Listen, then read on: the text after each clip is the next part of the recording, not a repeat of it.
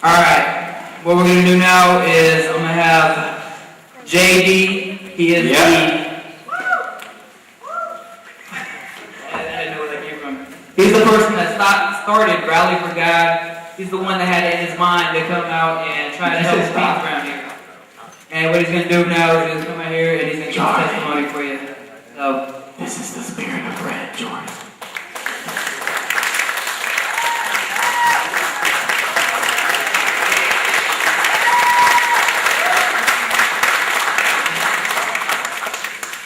First off, let's give it up to everyone out here dancing. They're putting their heart and soul in everything. It's just amazing. Amazing to see you guys, what they're doing. And gals. I don't want to exclude you. Yes, I started Rally for God, the founder. I wouldn't be able to do it without the kids helping me out, Jordan and Logan, who's running away right now. Really helped out with a lot of this. These guys really put a lot of this together. They're the ones that did a lot of the legwork and ran around and got all the details and the lineup together. And you guys did an amazing job. Logan's still hiding. I'm going to tell you a little bit about myself. I'll tell you a little bit about Rally for God. Rally for God is a parachurch organization. That means that we're not affiliated with any one church or any one denomination. What the goal is to get youth and youth pastors from different churches working together to put events on in the community, to do outreach, and hopefully by doing this and these kids working together, they'll strengthen themselves as Christians, and then their other friends will see that and come to Christ themselves. So we're already starting off really good. I think, again, you've got to do a wonderful job.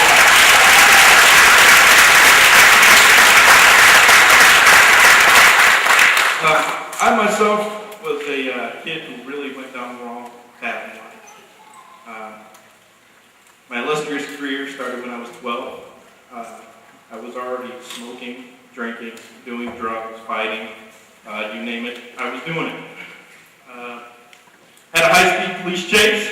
Decided to take my dad's van out for a joyride and find out that you cannot take a curve at 90 miles an hour in a two-ton van when you're running from the cops. It doesn't seem to work. That was the beginning of my career. I kept getting into trouble. I really hated myself. I hated life. Every day seemed like a chore just to get up. I didn't see what point there was to life. I can't place my finger on any one thing that led up to that. I was just a kid without something in my life. My parents, God bless them, tried everything. Took me to the best psychologist that they could to try and help me out. Of course, then they do the whole give you drugs thing, which that's really good. Somebody with an addiction with a whole bunch of drugs at their disposal. Yeah, I just started popping those like candy. That made it even worse. Dropped out of high school as soon as I could. Spent my 18th birthday locked up in juvenile detention. They had a bed reserved for me. They knew me by name. When I was 18, as soon as I got out, I started living out of my car. I was shoplifting and selling drugs and doing whatever I could do just to make some extra money to live. When I was just turned 19, some friends and I decided to go out partying one night. And we were doing acid and smoking weed and doing a few other things.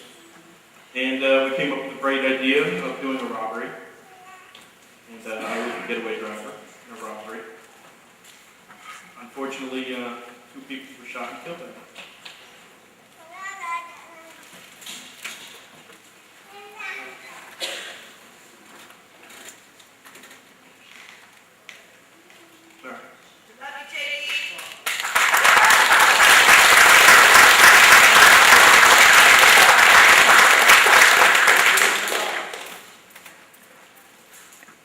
I went to jail. Let me tell you a little bit about jail. You lose all dignity. You're no longer a human. You're an exhibit. People come by all hours of the day just looking at you like you're an animal in a cage. They had a dormitory with 12 people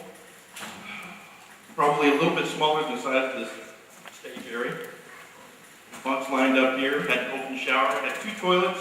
They were right there next to a payphone. No privacy, no wall in between, anything. They were out there for the world to see.